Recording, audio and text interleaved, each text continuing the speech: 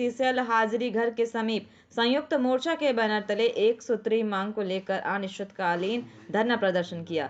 वहीं आज दूसरे दिन भी धरना जारी है। सैकड़ों की संख्या में कर्मी अनिश्चितकालीन धरना पर बैठे हैं।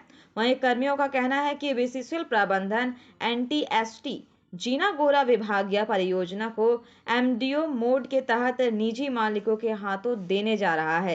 यदि परियोजना एमडीओ में चला जाता है तो कोयला खनन से लेकर बेचने तक का अधिकार मिल जाएगा और यहां काम कर रहे 1309 लोग मजदूरों की स्थिति बदतर हो जाएगी और मजदूरों पर छटनी की तलवार लटक जाएगी। हालात यहां तक हो जाएगी कि मजदूरों को जबरन वीआरएस देकर छुट्टी कर दिया जाएगा। कर्मियों का मांग है कि बीसीसीएल प्रबंधन एमडीओ मोड वापस ले, नहीं तो धरना जारी रहेगा और जरूरत पड़े तो भूख हड़ताल पर बैठ जाएंगे। उसके बावजूद भी मांग पूरी नहीं होगी तो आत्मदाह करेंगे। वहीं सैकड़ों की संख्या में अनिश्चितकालीन धरना प्रदर्शन कर रहे कर्मियों ने प्रबंधन विरोधी नारे लगाए। सभी ने एक स्वर में एमडीओ को वापस लो के नारे लगाए।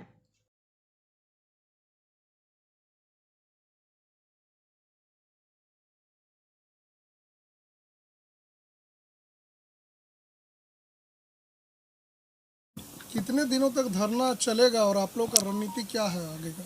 ये हम लोग का जो क्षेत्र संख्या 10 के अंतर्गत हमारे एनटीएसटी एकीकृत है नॉर्थ तीसरा साउथ तीसरा जीनागोड़ा में जो अनिश्चितकालीन धरना का कार्यक्रम रखा गया है और ये एमडीओ मोड के खिलाफ है।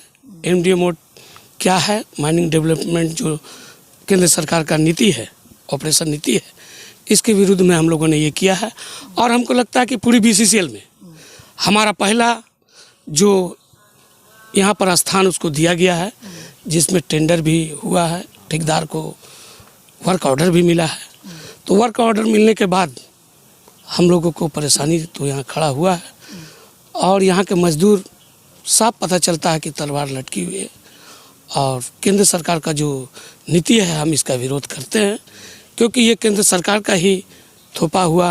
हम लोगों को जब 2015 में हमारे मोदी जी अमेरिका गए थे तो वहीं से उन्होंने टाइप करके आए थे और ये यहाँ पर ला करके धरातल पर उतारा, जिसका असर अभी हमको देखने को मिल रहा है।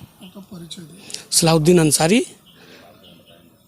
क्षेत्रीय उप सचिव बीसीकेयू लोधना क्षेत्र। हम लोग एमडीओ के विरोध में बैठे हैं। एमडीओ वापस लेने के लिए बैठे हुए हैं। यहाँ पर एमडीओ का मतलब है डिपार्टमेंटल मजदूरों का अस्तित्व खत्म कर देना। बोलता है मैनेजमेंट की डिपार्टमेंटल के चलने से हम लोग को लॉस हो रहा है। काहे लॉस नहीं होगा?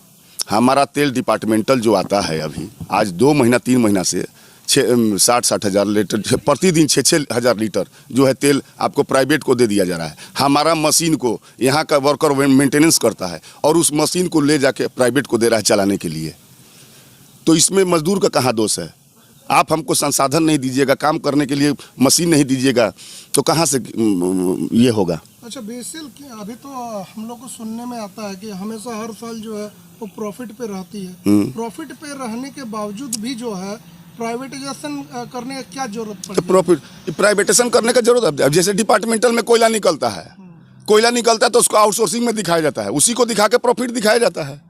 हमारे डिपार्टमेंटल कोयला को जो रेजिंग हम लोग करते हैं उसको भी जो है आउटसोर्सिंग में लोग लेता है। और यहाँ तो सब कुछ जान रहा है आज 3 साल 4 साल से कि किसका राज चल रहा है।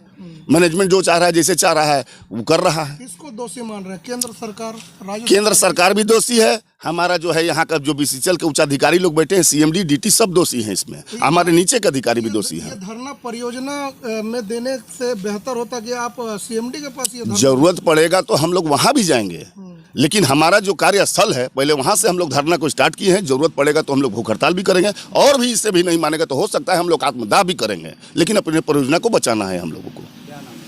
बंटी सिंह, भारत भूषण सिंह।